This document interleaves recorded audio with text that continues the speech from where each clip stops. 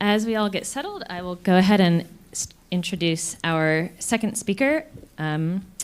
This is Brodie Vidrine, who will be presenting Breaking Out of the Loop, Refactoring Legacy Software with Polars. Brodie is a software engineer working for NOAA's National Center for Environmental Information. Before working to modernize government software, Brodie spent 17 years writing code for Ascend Math, an online math tutorial program. And with that, I will hand it over to Brodie. All right, well, thank you so much. Thanks, everybody, for coming. This is my first time at SciPy. It's been a lot of fun. So let's get started. Let's look at the agenda. I'll scroll over here. All right, so we're going to talk about who's this talk for. We're going to cover the objective. So we're going to look at some legacy code. This is the program that I'm working on. And I've prepared a little demo for you, a Jupyter Notebook. You can download the repo here if you want to follow along, or you have ADHD and you just want to mess around with it. It's basically a fully functioning program, just a tiny little climate science app for you to mess with, and then finally a recommended reading. So about me, again, my name is Brodie Vidrine. I'm from Lafayette, Louisiana. I'm a federal contractor for NOAA's National Center for Environmental Information. And if you click that link, you can check us out and see what we're all about. I was hired 1 year ago as part of an NCEI code modernization initiative. That's a mouthful. So my background, over 10 years working at Ascend Math, a Java-based cloud application. So I'm not really a scientist. My background is not in science computing. We did a little bit of reporting, student grades and whatnot, but I just want to let you know that if I can use Polars, you can use Polars, okay? I'm the team lead on NCEI's Global Summary of the Month, and we're going to talk a little bit more about that in a second. Okay, so with me this week are my colleagues, Dr. Laura McBride over here, Tad Thurston, I see in the front row, thanks Tad, and Sarah Purpura from Riverside. So we're different contractors, STC, Riverside, we're all hired to do the same job for NOAA. Please go speak to them if you have a chance. Laura's actually using it Polars in a more analysis-based way. They're doing typical meteorological year, future typical meteorological year, a lot of mouthfuls. Really cool stuff. If you need to know how to make PDFs with pandas, go talk to Tad. And if you want to know more about that NCEI Code Modernization Initiative, go to Sarah's talk. I highly recommend it. All right, so who is this talk for? You're proficient in Python, you're new to or frustrated by Polars or Panda, you've got experience with object-oriented programming, you're not necessarily a database wizard, spreadsheet guru, any other funny title you want to assign yourself, you're more interested in crunching data than analyzing it, you have business requirements that are impossible to meet with Polars.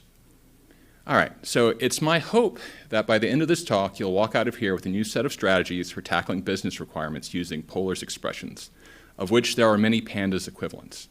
If your requirements are still too complicated, I'll show you how to create a custom, just-in-time compiled function using Numbas at gvectorize decorator. So that's general vectorize, I forget the U. All right, so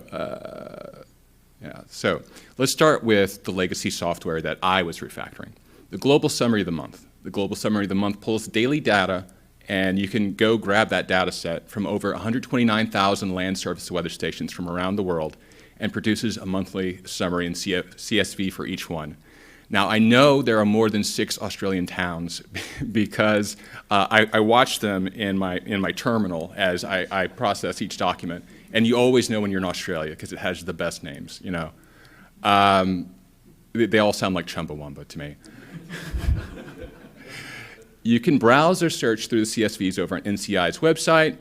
Each CSV can have up to 63 different weather elements: temperature max, total precipitation in centimeters, direction of fastest 5-second wind gust. There are a lot of them in there. And there's probably one near your house if you want to check it out. It's such a cool data set. We have a lot of the readings go back to about World War II when we realized that weather is, important to national defense. But there are actually some records going all the way back to like the 1760s, back when Army surgeons used to record it in a ledger. So someone actually took those ledgers, and translated it into a text document. Really cool stuff. Okay, so whenever I was given GSOM, it was a 12,000-line Java program. It was decades old. Nobody really knew what was in it. They just wanted to make it more readable, make it more object-oriented, get rid of code that's not being used anymore, like climate normals, integrate 8 new columns from another data set, and we talked about modern best practices like meaningful var names, doc strings, commenting. Commenting is very controversial around the office. And finally set up CI/CD, which is just, it feels like black magic. It saves so much time. It's absolutely wonderful. So here was the Plan A flow. So we've got all these plain text documents from the Global Historical Climatology Network, our DLY files. So we sort our input into 3D string arrays: year, month, days, element. So the strings are element name plus daily value plus flags like trace, the source, where did it come from? So then we loop through all that data. We discard values where it's equal to -9999, or where the QC flag isn't blank, some valid data. Are there derived elements? So say with temperature max, you might derive days above 90 degrees, you know. So if there are derived elements, we fill intermediate variables associated with specific derived elements, day of max temperature. If there are none, we check if there are too many missing days. If there were too many missing days, we discard the monthly record. If not, we create a record for the base element. Can be a total or average, depending on requirements. Create record for derived elements. And then we sort those records into a CSV with elements as columns and year month as key ID, right? So, Plan B, after we pretty much finished Plan A, we reduced from about 12,000 lines to about 3,000, and we had a really good handle on what was going on. And at that point, our federal counterparts decided, you know what, maybe we'd like this better in Python, because that's what scientists read nowadays. Everyone hates Java. I'm sorry, Brodie. And also, while you're at it, integrate pollers. That'll make it fast. Their website says so. It's 200% faster than pandas. Oh, okay, I guess. Make sure climate scientists can read and maintain the code after the contract is up. So Plan B looked a lot like Plan A. So I've still got my text files, but now instead of going line by line and reading those text files, I'm just converting the DLY files into a data frame. I'm filtering the records by year and month and dumping the values into Python variables. So I'm still basically doing the same thing here, right? Instead of going line by line, I've got this data frame that's functioning like a database. I'm pulling out my data, I'm making intermediate variables, and then I'm putting it back into a data frame, basically. And surprise, surprise, the results were very slow. Like, this was significantly slower than the Java version, and I was a little freaked out. I thought pollers are supposed to make it fast. And so what I realized after some research is that I needed to stop thinking in a row-wise fashion. That's the loop. You got to think in terms of columns, right? What can you do a lot of at once? And to do that, to properly figure out how to do that, you started to think in terms of business requirements. So I was looking at the flow and I was trying to replicate that, but that was the wrong way to go about it. Instead, I needed to look at my business requirements. Pull data from NCEI DLYs, flat files, validate every day. We talked a little bit about this. Remove records where too many days are missed. These are all things, especially, like, you can do this in column-wise fashion extremely easy. There's no reason to do that in a row-wise fashion. So, Plan Z. So once I realized I couldn't simply just port the structure from Java to Python, I had to come up with another plan. There was a lot of trial and error, and we finally arrived at Plan Z. It's sort of an abbreviated list. Oh, that's old note. Anyway, so there weren't really 23 plans in between B and Z. It's more like to signify that this was the last version, sort of like how Akira Toriyama said, this is the last time I'm going to deal with this character Goku. And that worked out really well for him, right? So if you want to follow along, here is the GitHub download. There's also a link that should be attached to, let's see, the schedule. All right, now I need to get out of presenter mode. Am I still in that? Yeah, I just hit escape. All right. So, is it F11 maybe? Ha ha ha. Okay. So if you open up, this is on, in my downloads. Okay. So, is this probably not readable? Let's increase the size. So we left off with Plankton. Now we've got a quote from Auguste Gusteau, recovering all the great cartoon chefs. You must be imaginative and strong-hearted. You must try things that may not work, and you must not let anyone define your limits because of where you come from. Your only limit is your soul. What I say is true. Anyone can cook, but only the fearless can be great. So in this quick tutorial, we'll be creating a very limited version of the global summary of the month. By the end, you should have a handy cookbook for whipping up solutions to satisfy any common data crunching requirement. So step one is reading your input. All right, so for today's example, we're using the NOAA data set. I told you it's the GHCND, so that's the Global Historical Climatology Network Daily. And those are just plain text files, and they look like this. It's kind of a mess. So these are just plain text flat files, fixed column widths, daily values are limited to 5 spaces, followed by a measurement QC, measurement flag, QC flag, source flag. Each one takes up a single space. So unfortunately, Polars doesn't have a native method for reading fixed width files. So I'm including a utility class here that I built, and you can find it over on the GitHub repo as input-output util. So basically, I'm taking this, and I'm cleaning up all that data, and I'm turning it into this. So I've got my station, I've got my date, my element. I've taken all my daily values, and I've placed them in a list, just so it's easier to work with, not so ugly. All my QC flags, and days and month, which I'll need later. So it was very easy to make this helper column by examining the date. I believe Polars even had a built-in function to tell me how many days in the month, which is really handy. So isn't that much easier to read? What's happening here is outside the scope of the talk. Please go look at the file. Shout out to Ghouls for sharing the basis of the solution over on the feature request section of Polars GitHub. So the important thing is now we've got our data frame. All right, so part 2, data crunching.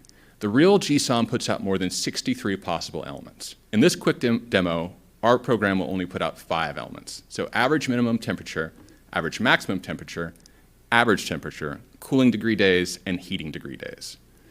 So to create these elements, we only need to keep rows where element is equal to tmin and tmax. So let's go ahead and filter those elements. And we see we do that with a filter. Filter and select should be your best friends in Polars. You're going to do so much with those. Just get super comfortable with them. So here, I've created an array called needed. I only need tmin and tmax. And so I can go to filter, and I say for element, for the column element, is in needed. So it'll only grab rows that match tmin and tmax. So and whenever I select and I look at the first 5 results, so if you don't assign anything in the notebook, by the way, it's just going to print it out for you. All right, so if you look at the data frames, you'll see our row count has dropped from 15,000 to 1,800. You don't have to drive yourself nuts while trying to whittle down the size of your data set, but if it's 700% larger than it needs to be, your speed will suffer. Data validation. Okay, so before we run our calculation, let's first delete any invalid data in our daily value list. In the real GSOM, we'll remove any daily values where the corresponding QC flag wasn't an empty string. For the purposes of this demo, we're only going to remove values that are equal to negative 9999.0. And we can see that that's really, really easy. So we're going to evaluate our list, And where it's not equal to negative 999, keep it. And there we go. Filtered values, we can see, I should say that I created a new column. I didn't alter the original. So we've still got daily values, but now we've also got filtered values. And we can see those negative 999s have been removed. Once we filter our daily values, we can subtract its length from the days in month column, and we can then filter out any rows where we have more than 4 missing days. And we can see that's as easy as assigning a missing day column, taking the days in month, subtracting it by the filtered values, list length. Super duper easy. And then we're going to chain a command for performance. We always want to be chaining. It's like combos in Tony Hawk. You want to link up as many as you can for a high score. And so, yeah, we've created our, so now we're only keeping missing days where less than 4. All right, so we've gotten rid of 1948 July, too many missing days. So now that we have cleaned up a version of our daily values, we can create a monthly summary for average minimum temperature and average maximum temperature. We'll also need to scale down the value by 90%. I'm not sure why we do that. I needed to talk to a subject matter expert, but we do. So these are in Celsius, by the way. Luckily, we can handle this all in a single line. So filtered values, list.mean, times 0.1 to scale it down, boom, we're done. Super easy. All right, and so here we had our first challenge, the very easy one. We're just meaning, okay. And so we've got our first 2 elements. So now let's move on to something more challenging. We've successfully run calculations our base elements and decided which values we need to discard using only native polars expressions. What if we need to compare 2 base elements? For example, GSOM also produces average temperature by comparing average max temperature and average min temperature. The real GSOM actually just takes the summaries of Tmax and Tmin, adds those together and divides by 2. But what if we wanted to be a little more precise and create a list of daily averages and then mean that? To make things even more interesting, we're going to check the daily values against their respective QC flags. How do we query that? We're going to give ourselves permission to add as many columns as we need to. We're just going to drop them when we're done with our calculations. It's free real estate. Polars and pandas are meant to operate in column-wise fashion. Operating over many columns is absolutely no problem. Within reason, dear listener. The first step will be creating both sides of the new t-average element. So we're going to start off, we're going to take our tmin, we're going to filter for that. So now we've got a big pile of tmin, and we're calling it t-average. So we need the right side of t-average, so we're going to filter tmax out, and we're going to sneakily change the names. So daily values becomes daily values 2, QC flags becomes QC flags 2. All right. And so then when we're done with all that, we're going to change Tmax's element name to Tmin. All right, so this was Tmax. Now it's pretending to be Tmin. We see we've got daily values 2, QC flags 2, right? And now we're going to join them together to create our t-average rows with everything they'll need to be calculated. I think I could have made my life easier here using an inner join. I'm not great at joins, I'll be honest with you. I felt really great. I was at the DuckDB tutorial on Monday, and the trainer was saying he had to read The Idiot's Guide to SQL a few times, especially the join section. So they're tricky for everybody. It makes me feel good. Anyway, so we have joined together Tmin and Tmax, and now we've got these rows, t-average, where we've got both of our daily value lists, and we can compare them along with their QC flags. All right, so here, casting is float 32. I think I was getting an issue. Oh yeah, okay. So to take the t-averages that I made, we're just going to use a VStack and put them back into our original data frame. Boom, we've got derived elements. All righty. So, okay, so here's where things get crazy. Now we've got these lists, but lists are kind of tricky to work with. We're going to explode them, okay? And so what we've got here are some arrays with our future column names. Okay, so we're going to take daily values. We're going to turn it to a struct using tmin vals, right? So everything in daily values is going to be named according to this scheme. So tmin1, tmin2, minqc1, minqc2, so on and so forth, right? So we use the struct to name all of our fields in our list, and then when we unnest it, it blows up and everything's named, right?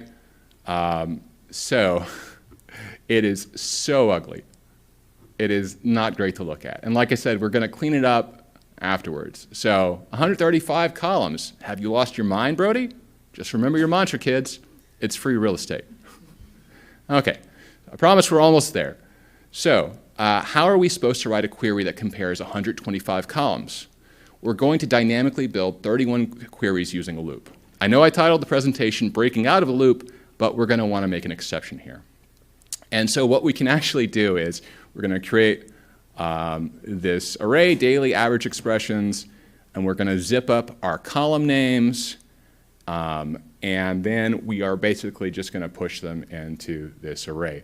So we've got a list of queries we're going to build, and the query looks like this. So when the element is t-average, and it's not equal -999, and the QC flag doesn't equal anything, then keep the value. Yeah, so we're actually going to sum those two specific days, and then divide, and then scale down. Otherwise, -999. So that's our default null around the office. All right, and let's see. Sorry. And once I'm done, I actually collect. So yeah, so after I've collected the queries, I run them in with columns. And once that's done, I save one of them into a struct for later. That's a secret tool we'll use later.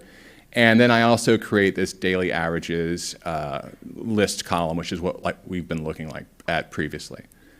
So we drop the list, so we can just add up all of our column name arrays and then tell it to drop that mega array, which is super duper easy.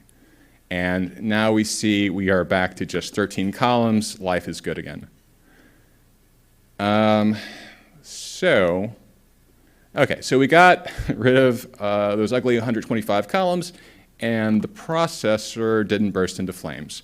Let's now mean a filtered version of daily averages, see the data validation portion for a simpler version of this, and then assign it as the value of t-average. Let's be careful not to overwrite the work we did on tmin and tmax.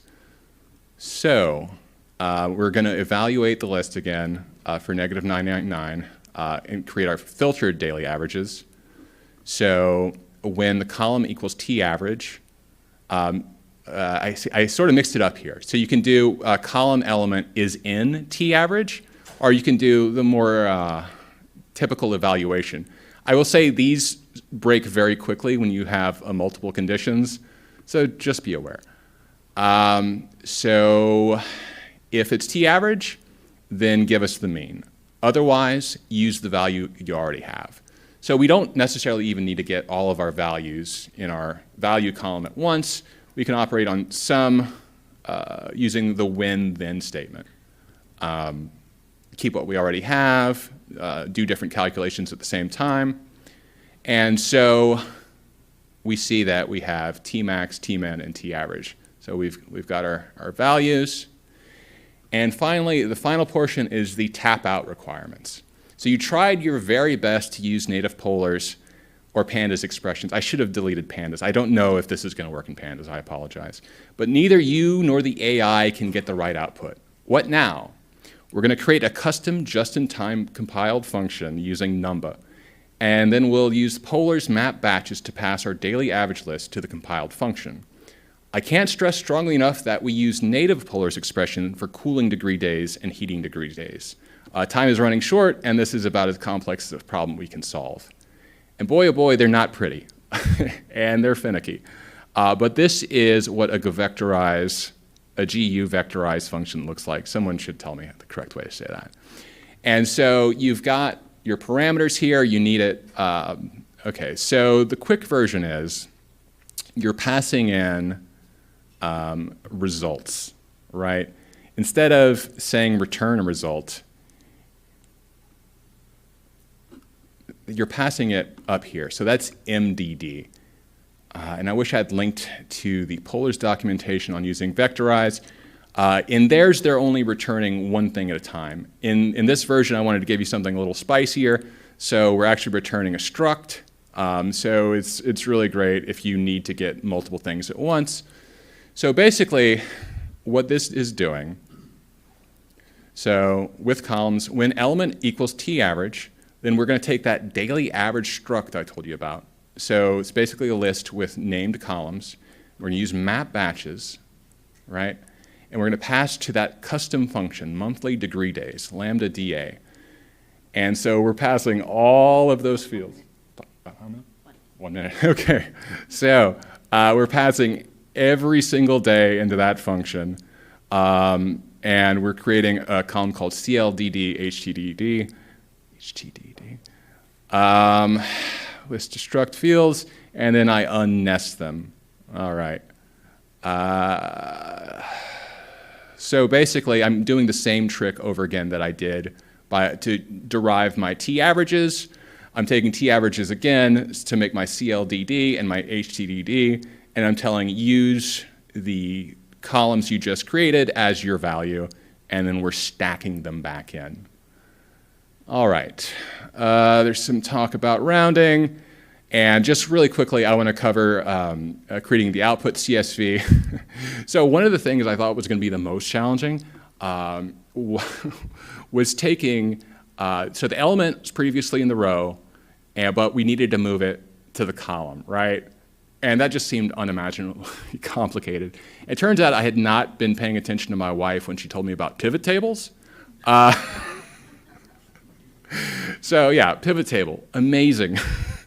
So basically, I shifted the structure of my table using this command, handy dandy, easy peasy. So when I tried to use Polars write CSV, it broke on me. So I actually just used Python's CSV functionality. Shout out to my colleague Emily Cox, who wrote this section. You're a lifesaver. All right, so if you work through this whole thing, you would be able to look in the folder where the repo is, look at the output, and see your CSV. Congrats, you made it to the end. And all right, so recommended reading and thank you. This was very good, Modern Polars by Kevin Heavey. There's a weird phenomenon where people write data programming code as if they hate themselves. It seems true. Matt Harrison has a lot of really good things to say about pandas. Look for him on YouTube. If you have questions, email me. Again, please stop by and say hi to my colleagues, Laura, Tad, and Sarah later when you see them at the con. That's pretty much it for me.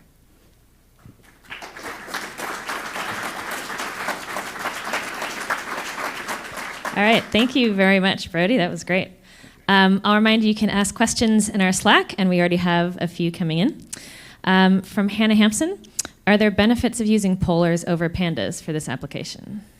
So speed is the big benefit. My colleague Tad wonders if you optimized pandas all the way, if you could get just as fast. I don't know, but we're saying no. So probably speed, cost savings on running on AWS or wherever they're charging you. Speed is the big one. Okay, great. Thanks. Another question from Charles Turner. Did you ever look into using a Rust native polars extension versus using Numba? I did not, and I should check that out. All right, great. Quick answers. Okay. From Kelsey Jordal. Why did you keep the -999 Sentinel value in the data frames instead of using Polars Pandas native missing data handling? Because some of my legacy functions, my tap-out functions relied on the -999, and I was uncomfortable with changing some code without speaking to a subject matter expert. So there were some places where I couldn't change the original algorithm. Okay. Great. We have some more coming in. Is one of the end goals to recast the GHCN and other similar NCEI datasets into a columnar-based file format like Parquet? We would love that. But things move slow with the federal government. There has been talk, I believe. Laura, right? We've talked about using Parquet maybe. It'd be nice.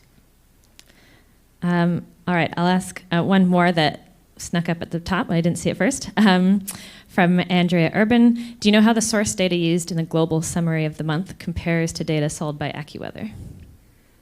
I don't. Cool. That's a fair answer. It's good to say when you don't know. Do you support non-nanosecond date time? I have no opinion. No opinion. I love these really short answers. I'm really impressed. All right, I'll keep going. From Nick Geneva, what was the final speed up compared to Java for your application? Oh, great question. So the original GSOM, the one in production right now, and hopefully ours will be in production by the end of the month. So current production version takes 24 hours to chug through those 129,000 stations. The new version takes about 3 hours on my Dell. So it's a considerable improvement in speed. All right, I might sneak in a question myself that I didn't get to write because I was standing here. You said at the beginning you wanted, one of the goals was to make it maintainable by the climate science community. Do you think you have succeeded in that? Oh boy, that's a tricky one. Clearly, some people have issues writing with polars, solving problems with polars and pandas. What I would like to believe is that scientists, because they're more data-oriented, are coming from backgrounds with spreadsheet writing, macros, some SQL experience. That's what I hope, that they are more data-oriented than your traditional programmer. So fingers crossed. All right. I think we'll probably end it there.